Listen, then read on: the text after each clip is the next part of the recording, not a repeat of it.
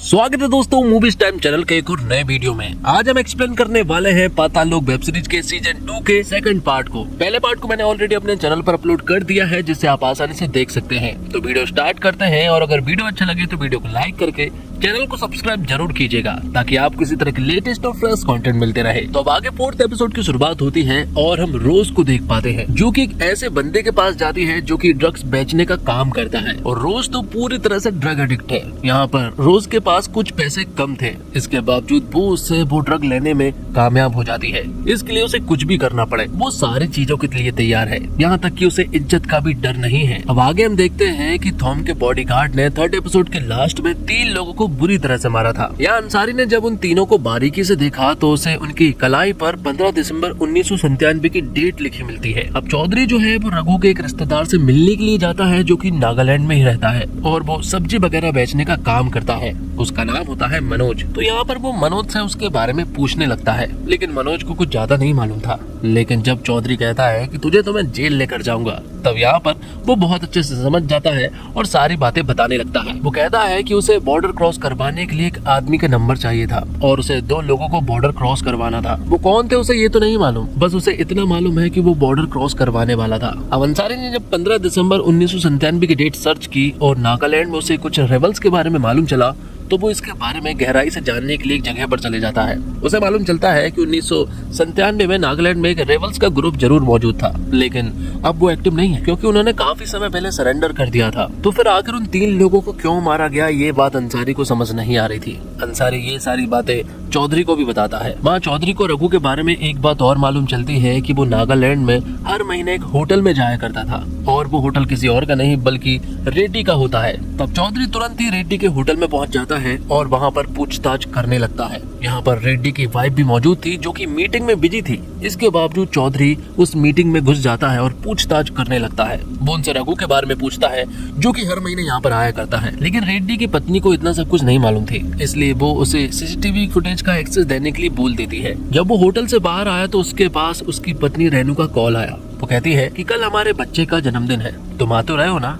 लेकिन यहाँ पर हाथीराम चौधरी थोड़ा सा हिचकिचाता है, क्योंकि एक दिन के लिए जब वो दिल्ली जाएगा तो फ्लाइट की टिकट 18,000 रुपए है। इसी वजह से उन दोनों के बीच में थोड़ी बहस हो जाती है। लेकिन थोड़ी देर के बाद जब रेड्डी का अकाउंटेंट बाहर आता है तो यहाँ पर चौधरी उसे धर लेता है और उससे सारी चीजें पूछने लगता है। अकाउंटेंट यहाँ पर चौधरी को सब बता देता है। वो कहता है कि रघु हर महीने होटल आया करता था और मुझसे 1 लाख रुपए ले जाया करता था। ये बात जब चौधरी सुनता है तो उसे बहुत ही अजीब लगा। वो तुरंत ही ये सारी बातें अंसारी को भी बता देता है। वो एक क्लब में जाते हैं जहाँ पर कि वो शराब वगैरह पीने वाले थे, और यहीं पर हम रूस की वो साथ वाली डॉक्टर को देखते हैं, जो कि यहीं पर शराब पी रही थी। वो यहाँ चौधरी से कहती है कि वो 2 पैक ही पी पाती है, इसके बाद अगर वो पीती है तो उसे गाउट्स हो जाते हैं और वो अगले दिन चल भी नहीं पाती है। तो यहाँ पर अंसारी और चौधरी आपस में बात करने लगते हैं, और वो शराब भी पी रहे थे। तभी अंसारी टॉयलेट चला जाता है और उसका मोबाइल फोन बजने लगता है।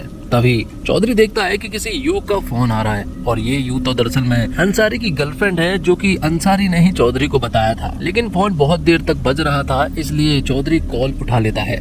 बात करने पर मालूम चलता है कि ये कोई लड़की नहीं बल्कि एक लड़का है। ये देखकर उसे बहुत अजीब लगा।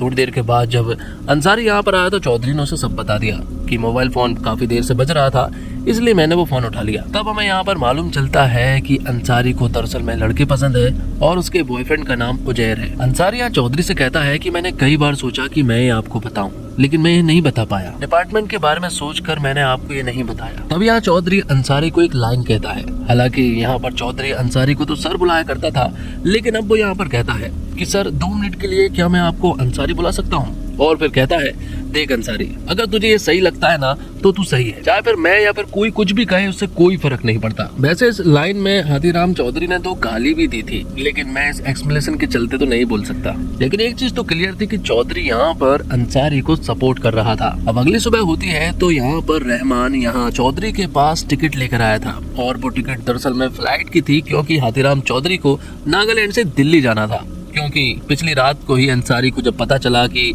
वो अपने बेटे के जन्मदिन में नहीं जा पा रहा है, तो अंसारी ने फ्लाइट की टिकटें बुक कर दी थी। ये देखकर चौधरी को बड़ा अच्छा लगा और वो भी जाने के लिए तैयार हो गया। दूसरी तरफ हमें मालूम चलता है कि कपिल रेड्डी भी कोई सीधा इंसान नहीं है। मिस्टर थॉम के जाने के बाद अब उसकी पूरी निगाहें थॉम की संपत्ति पर है और उसके साथ होटल है और वो सभी को बेचने के बाद यूरोप में शिफ्ट होना चाहता है। ये बात तो रुवेन को भी मालूम चल चुकी थी कि कपिल रेड्डी विश्वास करने लायक तो इंसान बिल्कुल भी नहीं है। थोड़ी देर के बाद हम देखते हैं कुछ गुंडों को जो कि बजारिया नाम के एक आदमी के घर में घुसते हैं और उसे बुरी तरह से मारने लगते हैं। ये गुंडे दरअसल में रुवेन के थे और बजारिया को उन्होंने इसलिए मारा क्योंकि वो होटल खरीदने वाला था कपिल रेड्डी से। तो चौधरी अब दिल्ली आ जाता है। उसका मन तो नहीं था, इसके बावजूद वो अपने बच्चे के जन्मदिन पर दिल्ली आ जाता है। वो देखता है कि जीतू भी यहाँ पर आया हुआ है और यहाँ रेनू भी गुड्डू का काफी अच्छे से ख्याल रख रही है, बिल्कुल बेटी की तरह। जिसके बाद वो सभी लोग सिद्धार्थ के कॉलेज पहुंच जाते हैं। वहाँ उसे वो सरप्राइज देने वाले थे। जैसे ही रेनू वहाँ पहुंचती है तो उसने देखा कि यहाँ पर तो एक लड़की भी है और वो उसकी दोस्त है, लेकिन इससे कोई फर्क नहीं पड़ता है। सिद्धार्थ यहाँ उन्हें बताता है कि आज मेरे जन्मदिन पर मैंने अपने दोस्तों के साथ कुछ प्लान बनाए हैं और अगर मुझे पता होता कि आप लोग आ रहे हैं तो मैं सारे प्लान कैंसिल कर देता, लेकिन जल्दी जल्दी यहाँ पर वो उसका जन्मदिन मनाते हैं। वहाँ अंसारी के पास एक कॉल आता है और उसे रोज की लोकेशन के बारे में पता चलता है, इसलिए अंसारी तुरंत ही हाथीराम चौधरी के पास कॉल करता है, लेकिन जन्मदिन में बिजी होने के कारण यहाँ पर वो अंसारी का कॉल कट कर देते हैं। यहाँ पर अंसारी ने मेघना के पास भी कॉल किया था, लेकिन मेघना ने भी कॉल नहीं उठाया था। जिसके बाद हम रोज को देखते हैं जो कि अपने कमरे में थी। तभी उसे किसी की आवाज आती है और वो आदमी दरअसल में रुवेन के लोग थे। वो यहाँ पर उसे जान से मारने के लिए आए थे शायद। वो उसे पकड़ तो लेते हैं, लेकिन तभी यहाँ पर अंसारी आ जाता है। वो यहाँ पर रोज को बचा लेता है और ये लोग यहाँ अंसारी के पीछे पड़ चुके थे। जैसे तैसे अंसारी ने इन लोगों से पीछा तो छुड़ा लिया था, लेकिन तभी हम थॉम के बॉडीगार्ड को देखते हैं जो कि स्नाइपर लेकर बैठा हुआ था और वो यहाँ पर अंसारी को शूट कर देता है। उसने बिल्कुल माथे पर गोली मारी थी, जिस वजह से अंसारी यहीं पर मारा गया था और यहीं पर उसने रोज को भी गोली मार दी थी। और नीचे बहुत ज्यादा ढलान होने की वजह से रोज जंगल में बहुत दूर जाकर गिरती है। यहाँ पर हम अंसारी को देखते हैं जो कि मारा जा चुका था। जिसके बाद एक फ्लैशबैक का सीन दिखाया जाता है, जहाँ पर कि हम अंसारी को देखते हैं जो कि जमुना पार पुलिस स्टेशन में आया हुआ था और आज उसका सब इंस्पेक्टर के रूप में पहला दिन था। और अंसारी पहले ही दिन यहाँ चौधरी से मिला और बिर्क से भी मिला। बिर्क यहाँ पर चौधरी को बताता है कि अंसारी तेरे अंडर ही रहकर सारे काम करेगा। तब चौधरी ने कहा था कि उम्मीद करूंगा कि ये मेरे जैसा ना बने। जिसके बाद मेघना क्राइम सीन पर पहुंच जाती है। वहाँ उन्हें अंसारी की डेड बॉडी तो मिली, लेकिन उन्हें यहाँ रोज की डेड बॉडी नहीं मिली। वो एक ऑफिसर से बात कर रही थी। वो उन्हें बताती है कि जब वो रोज को छुड़ाने के लिए वहाँ गया था तो उसने मेरे पास कॉल किया था बैकअप के लिए, लेकिन मैं कॉल नहीं उठा पाई।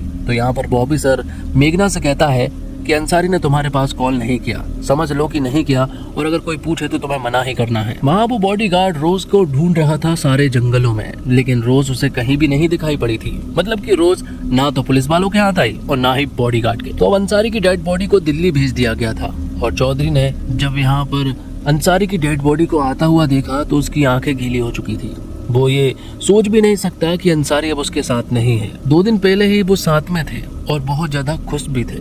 फ्यूनरल में अब यहाँ पर अंसारी के फैमिली वाले कोई भी नहीं थे।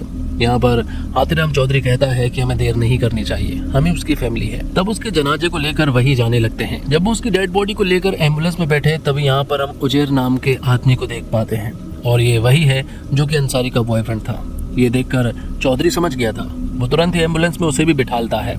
यहाँ पर उजेर बैठ तो गया था, लेकिन सामने वो अंसारी की डेड बॉडी को देख रहा था। ये देखकर उसे बड़ा बुरा लगा और वो तुरंत ही वैन को रुकवाता है और उतर जाता है। अगले दिन चौधरी के ऊपर इंक्वायरी होती है, जो कुछ भी अंसारी के साथ हुआ था वो कैसे हुआ और तुम यहाँ पर क्या कर रहे थे। चौधरी उन्हें बताने की कोशिश कर रहा था कि उसके बेटे का जन्मदिन था और अंसारी ने ही मुझे यहाँ पर टिकट देकर भेजा था। अब अंसारी तो जिंदा है नहीं तो आखिर वो किससे पूछेंगे। कपिल रेड्डी के रेस्टोरेंट में जाकर भी तुमने हंगामा किया था। अब अंसारी तो है नहीं, इसलिए सारे इल्जाम तुम्हारे ऊपर ही लगेंगे। अब तुम्हारे पास एक रास्ता और भी है, अगर ये सारे इल्जाम तुम अंसारी के ऊपर डाल दो तो तुम बच सकते हो। लेकिन ऐसा चौधरी करना तो नहीं चाहता था, लेकिन ऑफिसर्स के प्रेशर की वजह से उसे ऐसा करना पड़ा क्योंकि वो ये केस बंद करने वाले हैं। दूसरी तरफ रुबेन अपनी माँ के पास कॉल करके बताता है कि मैंने उस ऑफिसर को नहीं मारा है, क्योंकि सारे न्यूज में सिर्फ एक ही न्यूज फैली हुई है कि दरअसल में अंसारी को रुबेन नहीं मारा है। इसलिए रुबेन के लिए शूट एंड साइट का ऑर्डर निकला है। वहाँ चौधरी का साथी ऑफिसर यहाँ चौधरी को कुछ बातें बता रहा था कि हम कुत्ते हैं, तू मैं हम सभी कुत्ते हैं और हमारा सिर्फ एक ही काम है कि हम मालिक के साथ वफादार रहें। हमारा कोई हक नहीं बनता है कि हम कुत्ते के साथ वफादार रहें। थोड़ी देर के बाद ही चौधरी के पास उजैर का कॉल आता है। वो उसे अपने घर पर बुलाता है। उजैर कहता है कि मैं यहाँ से बेंगलोर शिफ्ट करने वाला हूँ, लेकिन उससे पहले मैं तुम्हें कुछ देना चाहता हूँ। वो एक महंगी शराब की बोतल उसे देना चाहता था, क्योंकि नागालैंड में ऐसी कोई भी शराब नहीं मिलती है। लेकिन चौधरी यहाँ पर उजैर को सब सच बता देता है। वो कहता है कि नागालैंड में जो कुछ भी हुआ उन सब में अंसारी की ही गलती थी, ऐसा सब कुछ ऑफिसर्स ने उससे लिखवा लिया है। और जब वो घर पहुंचा तो उसने देखा कि जीतू भैया तो यहाँ पर उसकी पत्नी रेनू का ब्रेन वॉश कर रहे थे कि जीजा जी को ये नौकरी छोड़ देनी चाहिए। देखा क्या हुआ, उनके साथ वाले को मार दिया गया है। ये बात यहाँ चौधरी ने सुन ली थी, इसलिए वो उसे धक्के मारकर घर से बाहर निकाल देता है। साथ ही वो रेनू को भी चिल्लाता है कि अगर मैं सिद्धार्थ के जन्मदिन पर यहाँ पर नहीं आता तो आज अंसारी जिंदा होता। रेनू को उसने बहुत सारी बातें सुना दी थी क्योंकि उसे बहुत ज्यादा बुरा लग रहा था। अगले दिन जब वो अपने साथी ऑफिसर के साथ बैठे हुए थे और जब वो अंसारी के बारे में बात कर रहे थे, तभी यहाँ पर वो ध्रुव मलिक की कॉलिंग हिस्ट्री उसे देते हैं, जिससे उन्हें मालूम चलता है कि नागालैंड सदन से यहाँ पर ध्रुव मलिक का कोई ना कोई कनेक्शन तो जरूर था, लेकिन ये चीज सिर्फ और सिर्फ सीसीटीवी फुटेज के द्वारा ही पता लग सकती है। तब वो एक ऐसी जगह पर जाते हैं जहाँ पर की सारे सीसीटीवी फुटेज का रिकॉर्ड होता है। जब वो 6 दिसंबर की रिकॉर्डिंग को प्ले करते हैं तो उन्हें यहाँ पर ध्रुव मलिक दिखाई पड़ता है, जो कि यहाँ पर रोज के साथ आया हुआ था। तब चौधरी तुरंत ही बिर्क के साथ ध्रुव मलिक के घर पर जाने लगता है। बिर्क को भी कोई प्रॉब्लम नहीं थी क्योंकि अंसारी के जाने का दुख तो उसे भी हुआ था। वो यहाँ पर पहुँचते हैं और तुरंत ही ध्रुव मलिक को पकड़ लेते हैं। उससे पहले तो यहाँ पर चौधरी बुरी तरह से मारता है और बाद में उसे सारी सच्चाई उगलवाने लगते हैं, क्योंकि 6 दिसंबर की रात को ध्रुव मलिक ने कहा था कि वो तो नोएडा में था, जबकि सीसीटीवी फुटेज में वो नागालैंड सदन के बाहर ही मौजूद था। तब ध्रुव मलिक यहाँ पर उन्हें सब बता देता है। वो बताता है कि नागालैंड से किसी जगह से रोज के पास 50,000 रुपए आया करते थे। जब उसे मालूम चला कि ये पैसा थॉम के पास से आता है तो उसने एक प्लान बनाया और उसने थॉम से 2 करोड़ रुपए लेने के लिए कहा। रोज भी इसके लिए मान गई थी। फिर वो थॉम से 2 करोड़ रुपए लेने के लिए जब नागालैंड सदन में गई तब वो बाहर ही नहीं आई। तब सीसीटीवी फुटेज के द्वारा मालूम चला कि वो तो रघु के साथ नागालैंड वापस चली गई है। और यहाँ वो ये भी बताता है कि रोज ने ही रघु को अपने यहाँ पर काम पर लगवाया था। वो ये भी बताता है कि वो ऊपर से नीचे तक कर्जे में डूबा हुआ था, इसलिए उसने ये कदम उठाया था। दूसरी तरफ नागालैंड में हम उस बॉडीगार्ड को देखते हैं जो कि जंगल में ही मौजूद था और वो रोज को ढूंढ रहा था, लेकिन उसे तो बॉडी नहीं मिलती।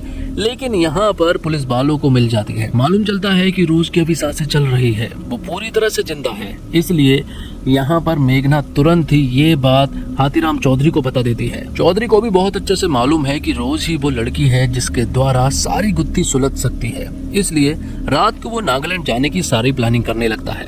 उसके पास आकर उसकी पत्नी रेनू आकर बैठ जाती है। वो कहती है कि मैं झूठ बोलने से बहुत डरता हूँ, मैं कभी झूठ नहीं बोलता, लेकिन अंसारी को लेकर जो मैंने झूठ कहा है और ऑफिसर्स ने मुझसे जो लिखवाया है उस झूठ को वो कभी भी माफ नहीं कर सकता। तब वो नागालैंड के लिए निकल जाता है, जिसके बाद हमें 10 साल पहले का सीन दिखाया जाता है, जहाँ पर कि हम रोवेन की माँ को देखते हैं और 10 साल पहले ही रोवेन की बहन रिचेल ने सुसाइड कर लिया था। अब आगे हम देखते हैं कि रहमान चौधरी के साथ था। चौधरी मेघना से मिलने के लिए जाता है क्योंकि अभी भी रोज जिंदा थी, वो हॉस्पिटल में थी, लेकिन इसके बारे में किसी को भी कुछ नहीं पता था। रहमान यहाँ चौधरी से कहता है कि सर ये पाताल लोक बन चुका है, आप इस पाताल लोक में मत उतरिए। लेकिन चौधरी कहता है कि इस पाताल लोक का मैं परमानेंट निवासी हूँ। बाद में चौधरी मेघना से मिलता है और रोज को भी मिलता है। रोज की हालत काफी बिगड़ी हुई थी, वो बेहोश थी और इंटरनल इंजरी के कारण इंटरनल ब्लीडिंग भी हो रही थी, जिस वजह से रोज के बचने के चांसेस सिर्फ और सिर्फ 50% है।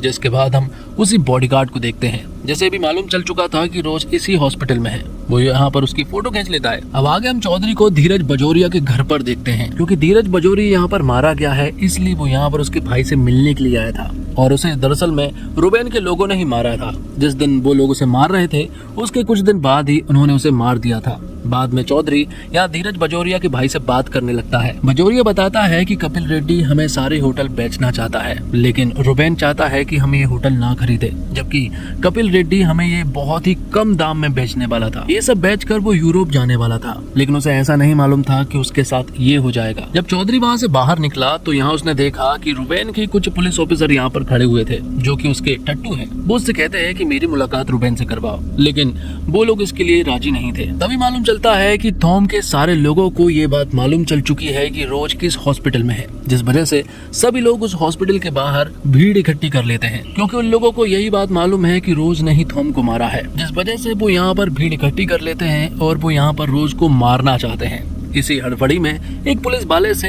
एक लड़के पर गोली चल जाती है और वो यहाँ पर मारा जाता है, जिस वजह से उन्हें बहुत गुस्सा आ जाता है और अब वो सारे दरवाजे तोड़कर अंदर घुस जाते हैं।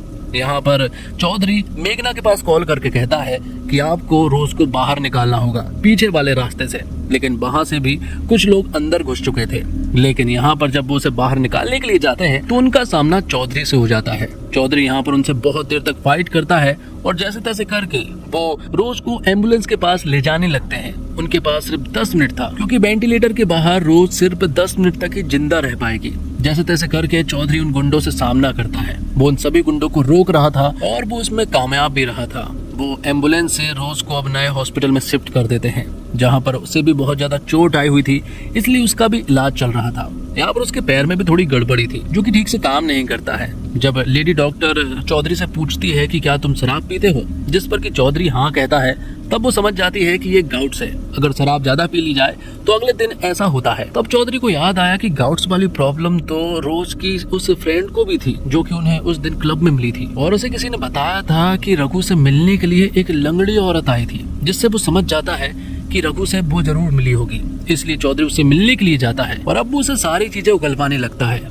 यहाँ पर वो रोज के बारे में बताती है। वो कहती है हम साथ में ही रिहेब सेंटर में थे, जहाँ मैं भी प्रेग्नेंट थी और रोज भी प्रेग्नेंट थी, और उसे हमेशा डर लगा रहता था कि अगर प्रेग्नेंट वाली बात थॉम को मालूम चली तो वो हम दोनों को ही मार डालेगा। उसी डर की वजह से उसे ड्रग्स की आदत भी लगी थी और वो ड्रग्स की आदत छूट ही नहीं पाई। तो चौधरी कहता है कि अगर प्रेग्नेंट वाली बात थॉम को नहीं मालूम थी तो वो उसे पैसा क्यों देता था, जिस पर कि वो औरत यहाँ पर चौधरी को बताती है कि पैसा थॉम नहीं बल्कि उसकी पत्नी दिया करती थी। यहाँ वो औरत चौधरी को एक बात और बताती है कि प्रेग्नेंट के समय मेरा मिसकैरेज होने की वजह से मेरा बच्चा पेट में ही मारा गया था, लेकिन रोज ने अपने बच्चे को जन्म दिया था और वो कोई और नहीं बल्कि जैन ही है, जो कि उसके साथ रहती है। उसने जैन की जिम्मेदारी मेरे ऊपर छोड़ दी थी और खुद दिल्ली जाकर कुछ पैसे कमाने के लिए चली गई थी, ताकि बहुत सारा पैसा जुटाने के बाद वो जैन को लेकर बॉर्डर क्रॉस कर ले। इसी कारण उसने रघु की मदद ली थी बॉर्डर क्रॉस करवाने के लिए। एक बार तो सारी प्लानिंग हो भी चुकी थी, वो लोग बॉर्डर क्रॉस करने ही वाले थे। यहाँ उसने जैन को लेकर भी रोज के पास चली गई थी, लेकिन जब उसने देखा कि रोज तो फुल नशे में है और उसकी आदत बहुत ज्यादा बिगड़ चुकी है, तब उसने जैन को वापस लेकर आ गई, क्योंकि वो समझ चुकी थी कि रोज उसका ख्याल नहीं रख पाएगी, जिस वजह से उसने उसे वापस लेकर आ गई। अब आगे हम कपिल रेड्डी की पत्नी और रुबेन की माँ को साथ देख पाते हैं, और यहाँ हमें मालूम चलता है कि थॉम की पत्नी रोज को पैसे क्यों दिया करती थी। वो बात यह है कि थॉम की पत्नी ने रोज से कहा था कि अगर वो उसके पति थॉम से दूर रहे तो वो उसे हर महीने 1 लाख रुपए भेजेगी, जिसके लिए रोज मान गई थी और वो नागालैंड छोड़कर दिल्ली चली गई थी। ये सारी बातें चौधरी अगले दिन मेघना को बताता है। मेघना कहती है कि रोज के बच्चे के बारे में थॉम की पत्नी को तो मालूम ही नहीं था, तो फिर वो किस बात के पैसे दिया करती थी। तो यहाँ चौधरी कहता है मुंह बंद रखने के। मेघना उससे ये भी कहती है कि थॉम एक बहुत ही कलरफुल इंसान था, उसके अफेयर की खबरें अक्सर आया करती थी, तो इतनी छोटी सी लड़की की वजह से इतनी बड़ी प्रॉब्लम तो नहीं हो सकती। वहाँ रुबेन की हालत काफी ज्यादा बिगड़ने लगी थी, उसे किसी के ऊपर भरोसा भी नहीं हो रहा था और वो गहरी खाई में ही गिरता जा रहा था।